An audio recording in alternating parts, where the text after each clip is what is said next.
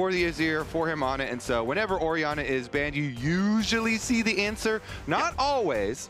But often. But very, very often and frequently you do. And so then you go down to the Taliyah versus Ryze tier. Very high probability here. Quad, though, is one of the players that could mix it up. We'll see if he just goes for the normal trade. Meanwhile, Vi, to me, is super high prio right now with the Vi buffs recently, and then Pantheon. Those are two that really pair well with the Taliyah. And these mid laners might fight over those junglers to have them as their pairing. We'll see. Just Vi and Pantheon both have really nice point and clicks. Naafiri is an interesting hover, and I won't talk super seriously about it just yet, but Naafiri jungle got a jungle monster damage bump.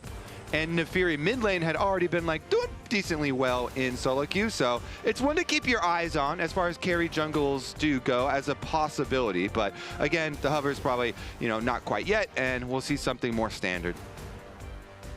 Yeah, it has been one fun thing about Gryffinn, though, is he has not been afraid to kind of go his own way as far as the jungle role is concerned, and he's bringing in the volley, he's bringing out the Mbessa, which has been a lot of fun to see, so maybe give a little bit more credit over to that. Pantheon, you know, you mentioned it earlier, up and available. It is kind of that prime pairing. That or Vi are almost always the ones you're going to see with Taliyah if they are up. So that's kind of my expectation, is we'll get one of those for Blaber, and then we have to see, you know, do they want to blind, you know, top lane, or do they want to kind of throw out a support or something like that here? Okay, that's my favorite champion in the game right there. I love that champion. Absolutely the best. Dude, that's like a hack. That, hey, can you just like hide my pick for me? You know? Yeah, just we're gonna sneak it in there. We'll do our draft, but like don't show them. Yeah, it was Corki. I can see in the game it was Corki. Okay, so they chose Corki and Zaahen. Okay, so we've got Zaahen locked in. We've got Corki locked in there. So we do have the marksman alongside what I'm assuming to be the top laner. So if they want to deny some of those jungle pairings, though, FlyQuest is going to have the opportunity to do that in the second round of bans. Like, they could ban, you know, Pantheon Vi, try to deny that sort of thing. Massu is a really good Senna. So, APA calling for the 2-0 there on camera. So, since it's on camera, it's actually reversed and looked like a 0-2 to me. So, unfortunate, because that's what you're showing to the viewers. He's like really smug. We're going to get stomped today, buddy. He's like, watch this, 0-2. Because of the camera. Anyways, yeah, Zaahen it was interesting seeing the Zaahen ban in the last series, because this has not been a high prio champion, but very clearly has recently been getting a lot of time in scrims, and I'm happy to see it. Definitely is a fun one, you know, one of these like either Stride Breaker or Trinity Force Power Spike type champions, and making use of good ultis where you get to feel like that actual god, and you are going to get a lot of you know, like drain tanking, and then relying on being able to stack up your passive for your revive and everything can be fun to watch. But if you get hit with a lot of these snares here, you know, we're faced against a Senna and a Ryze that might hamper your movement. So they're doing some protection bans for Thanatos on the Zaahen. We're expecting that to go up to top lane, so they're going to ban out the Aurora. Nami, obviously, the premier pairing with Corki, so once Corki's locked in, you might be wanting to take that away. Yep. I am still kind of expecting the Pantheon ban to come through from FlyQuest. I would be surprised if they do leave that open alongside the Taliyah, because that one is just so easy, I feel like, as far as being able to reliably pull it off. But instead, they're going to ban the Bard, so they're just saying, you know what, it doesn't actually matter between those jungle picks, whether you get Vi, whether you get Pantheon, same difference for us. So just being to be targeting those pairings with Vulcan. Corki really popular with these range sports. Yeah, taking away the Bard here for Vulcan, he definitely is someone that loves this champ, and does protect your mid lane a lot more, so you don't have to deal with quite so many roams. And if you're a Senna lane, you know you're a Senna lane. So until you get your static shiv, your wave clear is dog, okay? It's actually terrible. It's not good. It's barking. It's dog plus the word that Gryffinn said a lot. Yeah, okay. All right, you got to pick up after. Excitement. Yeah, exactly. He was excited. All right. Good job, Isaac. Good job. Yeah. So that's his inner Canadian coming out, finding a way to say it in a polite way. Yeah. All right, so let's see what we get here with 3 out of those 4 second phase bans being supports, the other one being the Aurora that was mentioned earlier. It is Sion locked in for FlyQuest here in the top lane for Gakgos. Yeah, I mean, this is already just kind of like a straight up just Group 5 comp that they have from Fly. Obviously, Ryze can play side lanes, but you have this diving front line. You have Sion, you have Wukong, you have the Senna ult over the top. You have Ryze, which is relatively short range. So they are going to be a very durable comp. And I'm curious to see, you know, is C9 going to try to draft more to fight front to back, or are they going to do something different? Jungle's Ooh, ahead? Jungle's ahead.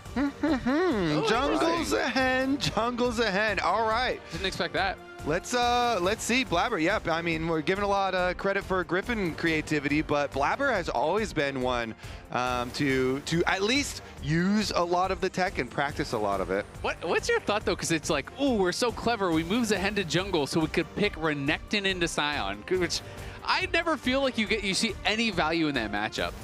Yeah, I mean... You do for Sion. Yeah. Well...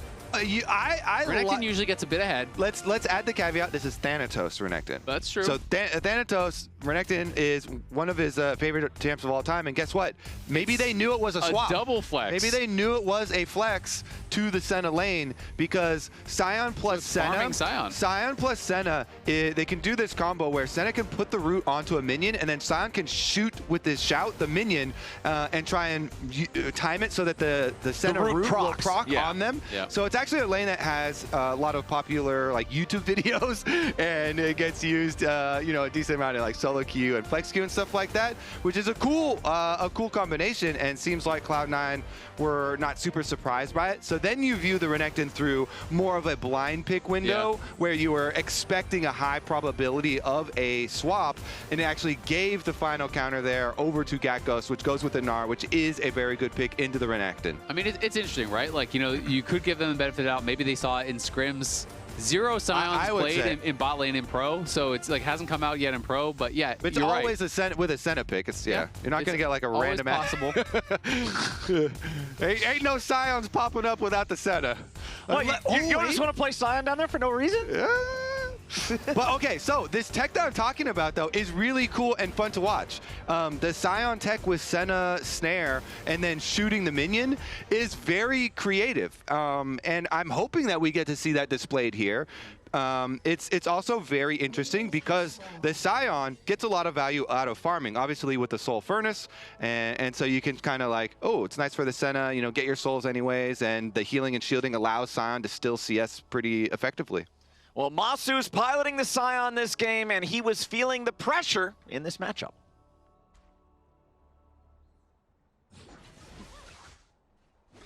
Intimidated. He's just looking at me.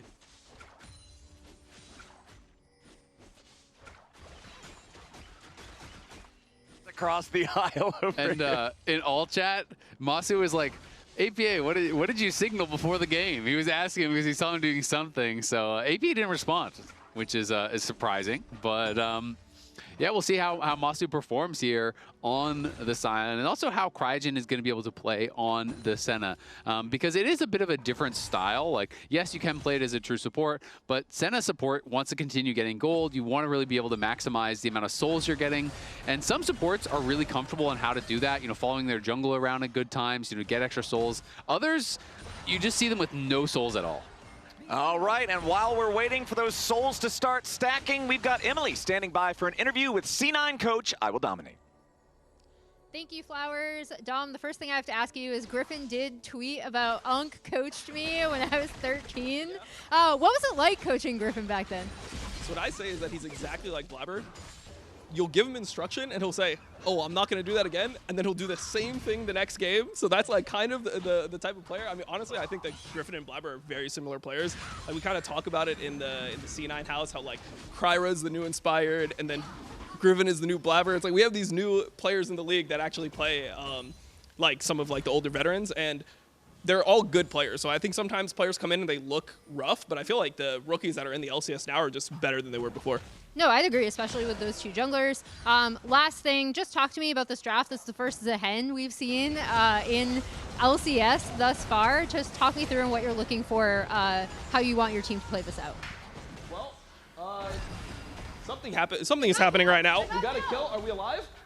You are alive. We're not alive. No. We'll take it, though. Corki got the kill? Corki got the kill. Okay, we'll take it. I mean, Zaahen is a champion that's just good right now. I mean, it got buffed for jungle, so it became much stronger overall. Are we getting another kill? No, what happened? We died? Never mind, it's a jungle diff. It's a Zaahen problem. All right, I'm going to toss it back to casters so they can take it away. Thank you so much, Dom. I don't know what to take away now. The fight's already over. Bottom lane's bloody. Massu's got 2 kills. I mean, Zven got first blood, so that's nice for him. But at the end of the day, Massu is getting a pretty big injection of gold. We can look back at it. Vulcan, it was nice so nice. Targon usage, kills the minion, instant hook on a Cryogen, and then they just fully committed to it. Yeah, I love those. It's the classic, you know. Instantly execute a minion into the very quick Q that comes out afterwards. You know, you do your attack, you instantly get your Q going right through it, and so he pulls off the trick to kill the Senna, but then it starts going bad. I love that we actually, you know, like Dom can't see the exact game, so he keeps having to ask Raz, are we getting the kills? Nope. Yeah, another one went their way. 2-1 jungle diff. Of course, the extra 300 gold on First Blood does help that a decent amount, but it's still really rough. And now they did the trick I was looking for. There's your minion thing. That's what I was calling for with this combo. It was nice. It's not going to result in a kill or anything. Yeah. But hey, I like to get vindicated. Yeah, it's a fun combo. You see people doing that. It's a fun ARAM combo. People do that a lot too, because even if you just execute the minion with your E, it procs it instantly at the end of the travel time. So it's very, very easy to pull off on a low HP minion. And Massu and Cryogen, as long as they keep scrapping, it is great for Cryogen. As long as he's alive, you just keep getting those souls. I'm going to be interested to see if he goes for the full-on, you know, healer-style build. Because he has Fleet and not Area, I'm assuming he's going to do more the AD style with Black Cleaver, which can actually scale really well as a damage threat as long as you're getting a lot of souls. So the one I actually, you know, saw this before, but yeah, here's the trick that I was talking about from Champ Select. Put the snare on the minion, boom, kick the minion over there with the shout. But as far as the Senna build, I hope that he goes for the Echoes of Helia one that I just I recently experienced, and the new Echoes is feeling really good. So it does also rely on you doing damage to get really good value, and so you really do got to get in there. But Cryogen so far, you know, it looks like he is not afraid of getting in there, and there's been constant action. I mean, he has 20 souls already, 5 minutes 20 in. So if you can get a really scrappy lane, it's actually so good for Senna, and he's going to do Black Cleaver, I think. Generally, if you're going to do the Helios build, you do go with Airy, so that was my assumption when I saw Fleet, is that he was going to do more of that AD style build. Sometimes people go like Cleaver into more supportive stuff. Sometimes people do full damage, just depending on how much gold they're getting. Yeah. But it's one of the nice things about this new season. We talked about it a bit yesterday on the cast with Enchanters. You get so much free gold from the support quest. It's kind of the same thing with Senna. You can be a real AD threat. If you have 2 or 3 items and a lot of souls, like, you hurt. You're not someone that you just want to ignore. All right, what about the Crab? Nobody wants to ignore Crabs. This is Cloud9. Not Blaber. Definitely not Blaber or Gryffinn 8 flash. Yup, Blaber's coming in. Now, hold on. C9's ready to take the fight, and Gryffinn is in some serious danger. He's going to get popped and dropped. C9 grabs the kill. Blabbers, Crabbers, where you at? I know Jack is in chat. Plug in the merch right now. They literally have printed shirts for this thing. Zven getting a decent amount of damage while he's under the tower alone at the moment. But that is the most Blaber and the most Cloud9 play. I'm sure Dom is also smiling back there, flashing in, and you get the Crab, and you're able to chase down for the kill. Yeah, I mean, it's really nice. He flashes in, you know, he hit the W, the pullback onto Gryffinn and the clone. Even though Gryffinn reacted, he gets pulled back in. Blaber wins the smite, gets 6, and his whole team was there. So really, you were Gryffinn winning either way. off. Yeah, Gryffinn should have backed off. That was one where obviously one of the most iconic LCS plays was Blaber at I believe MSI, you know, flashing and dying for the Crab. But that is one where it's like a win-win scenario because, as you say, your whole team is there first, so it's going to be a dub either way, pretty much. Well, Isaac, you were saying that Gryffinn should have backed off, but was Dom not saying that Gryffinn is simply the new age Blaber? Yeah. So I don't think Blaber would back off of the Crab. Griffin's not going to back off of the Crab. And it was never an option. There was never retreat feasible here for the Crab, and the game is still dead even after. And I mean, it is great to be putting this guy down because Gryffinn has been killing it. He's #1 in kill percentage. You know, he's been having very high KPA. His damage stats are insane for junglers as well. He was like heavily leading the league as far as that is concerned too. This guy has come out, he has played fearless, and he has been really, really effective doing it. This is a player that I think people talked about a lot more, is like, oh, you know, maybe in the future he's got to round out those rough edges and then he's going to be good. But he's kind of come in, played his style, and been great. Yeah, I mean, he got a carry Ambessa jungle game that went very, very well for them. He had high success on Wukong specifically as well, so see if this one ends up going a similar route. Very curious to see how this Zaahen here for Blaber does play out as it goes through, because they have point-and-click engage with Nautilus ult. So if Zaahen gets good engage on his team coming from the Nautilus here, then you can really melt. We'll see, though. Dragon getting started out by FlyQuest themselves as they have the early move. They've also got mid-prio, so Blaber says, I'm out of there. Dragon is yours. It's fine. I'll cross for grubs. Exactly. It's 8.5 minutes on the clock. The grubs are available. You can easily just handshake the objectives, and we'll see what they're able to gather from that grub control later on in the game. You have Renekton in the side lane. You do have a Taliyah to also contribute to making plays in the sides with the Weaver's Wall, so we'll see how much that means for Cloud9 going forward, how much gold they'll be able to farm with that extra damage on the turret plates. Yeah, I'm just really interested to see how Blaber does on it. There's only 2 games played globally in the Zahungle, we'll call it. What? The Zahungle. I am not calling it the It's Zahungle. He's playing Zahungle. Just you can go shorter and just Zungle? Nah, Zahungle. I'm need on the Team H. Kobe. I'm on Team Kobe. Nah, you That's need the less H. syllables. No. It's clearly Zahungle. I cannot be spinning that many syllables on Zahungle. He's clearly You're gonna have to step your game up, brother. I thought you were supposed to be a good play-by-play, He does play-by-play one day, and now all of a sudden he's got opinions. It's not my fault if I believe in your ability to do it, you know? All right, guy. Isaac is chaotically neutral, or maybe maybe skews a little chaotic evil at sometimes. Chaotic Isaac. It's his entire own spot on the grid. Yeah, exactly. But he's definitely got the chaotic in there. We're all agreed. It's Zahungle. No! Yeah, I mean, you liked Knockwave. That one worked out. That one is actually very good and creative. It is the absolute value of Zahungle. Just because we liked one thing you he wouldn't did. get it. All right, true. So let's actually get back on the rails. Let's get looking at those support roam timers here, because you get a Senna roaming around versus a Nautilus, and it can get dangerous. APA, though, of course, has had quite a lot of words.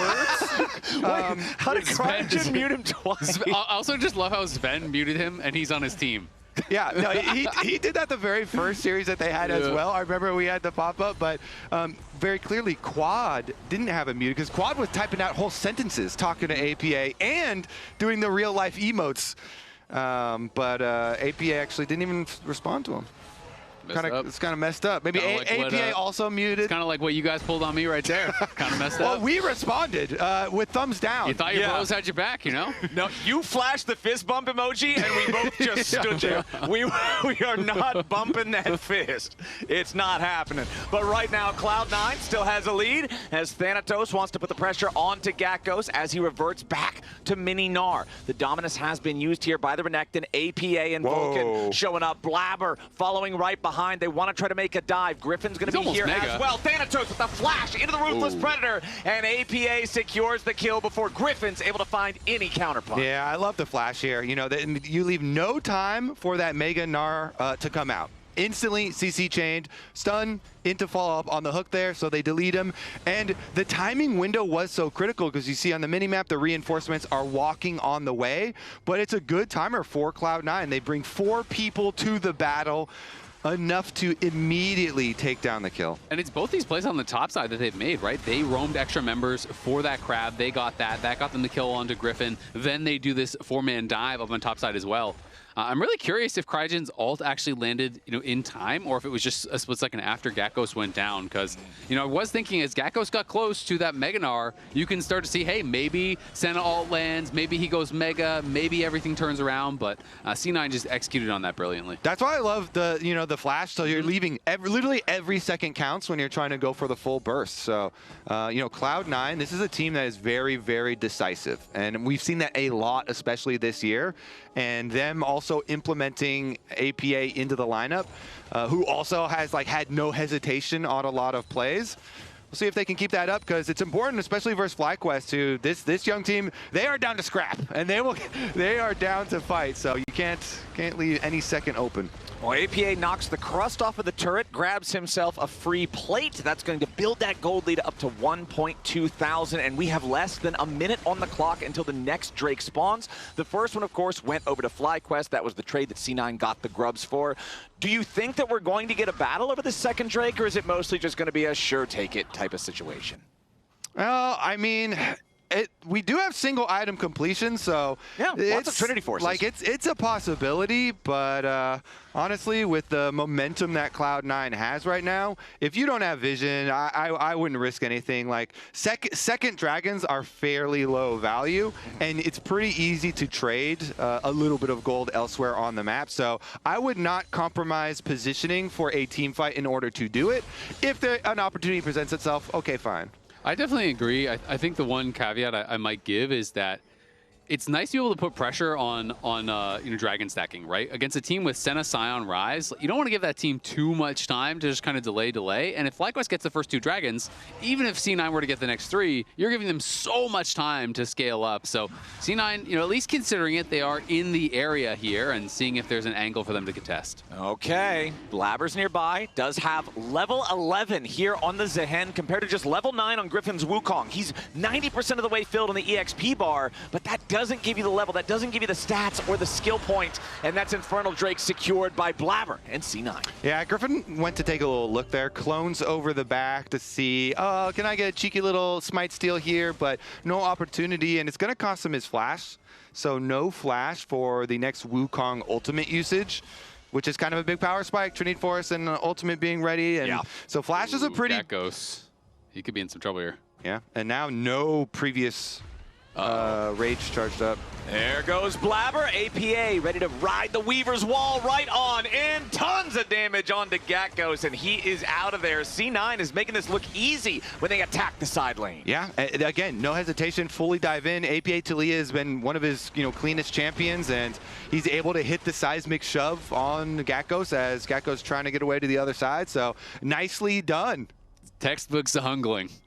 Man, so I wish we could have like a pop-up, a picture-in-picture of Isaac's face. Because the whole time, as soon as the play started, you see this giant shit-eating grin on his face.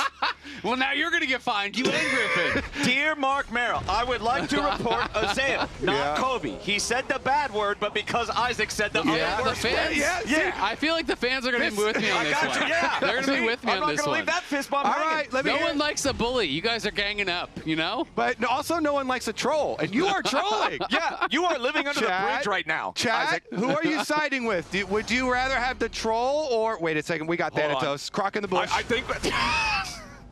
Okay, hold on. Crocodile in the bush. Yep. It didn't turn out to be a whole lot. No play gets made there, but the follow-up play might be ready. Vulcan coming around for the pincer attack.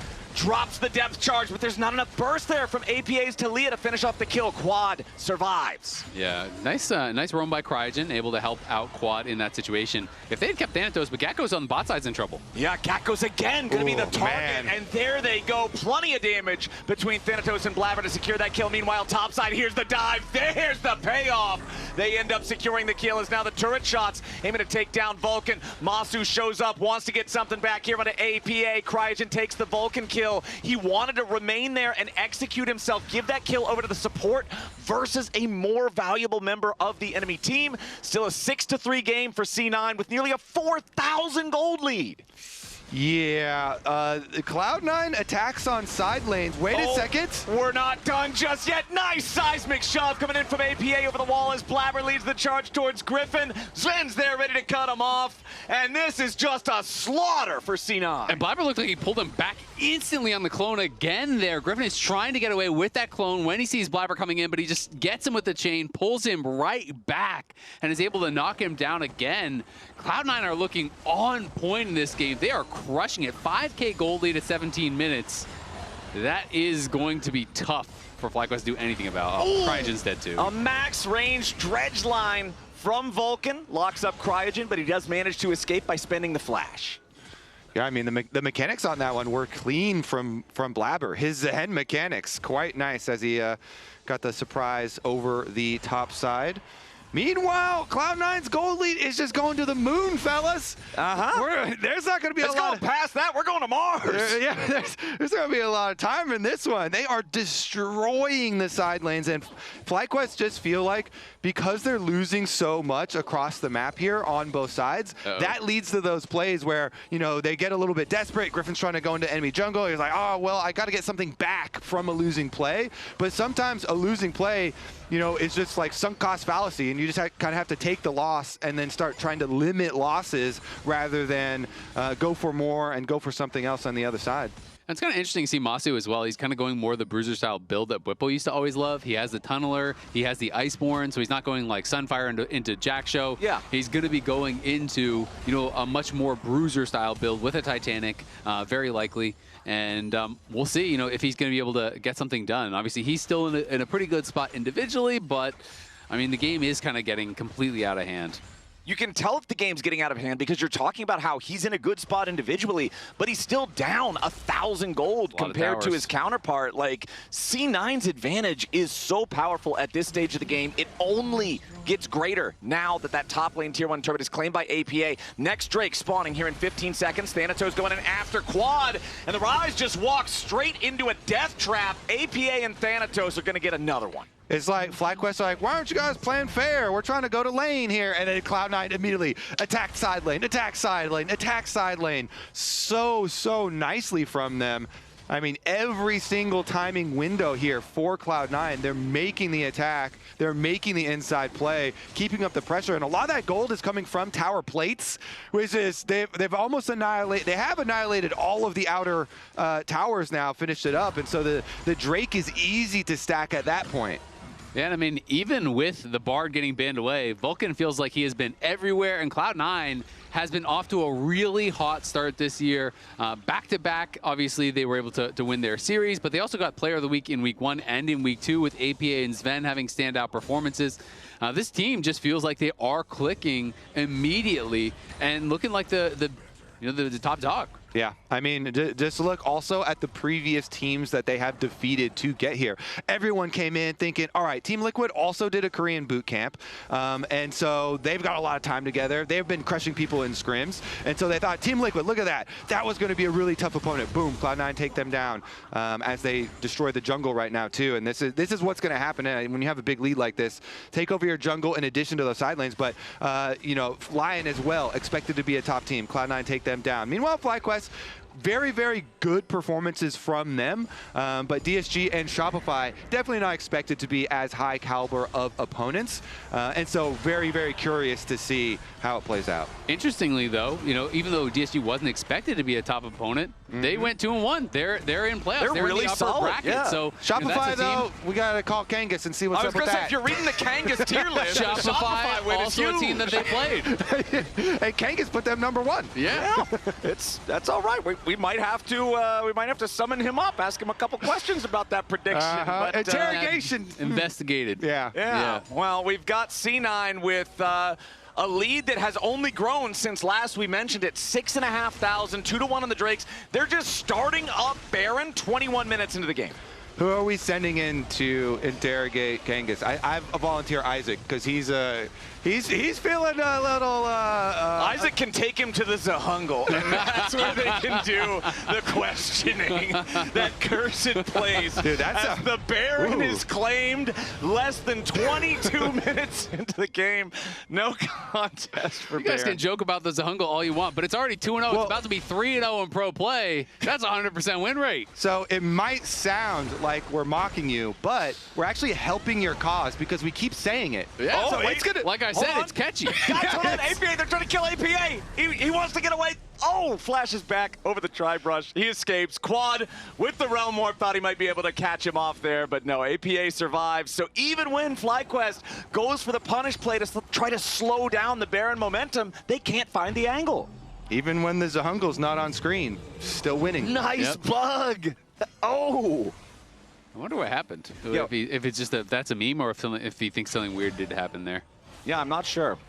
Either way, Taliyah's not dead. It's just a meme. Yeah, that's my guess. I feel like both of these teams are pretty meme heavy. Yeah. Especially in a game that is 9,000 gold difference at the moment. It's hard not to meme in a 9K. That's when both sides are like, oh, all right, we can chat a little bit. Yeah. That's the most important mechanics.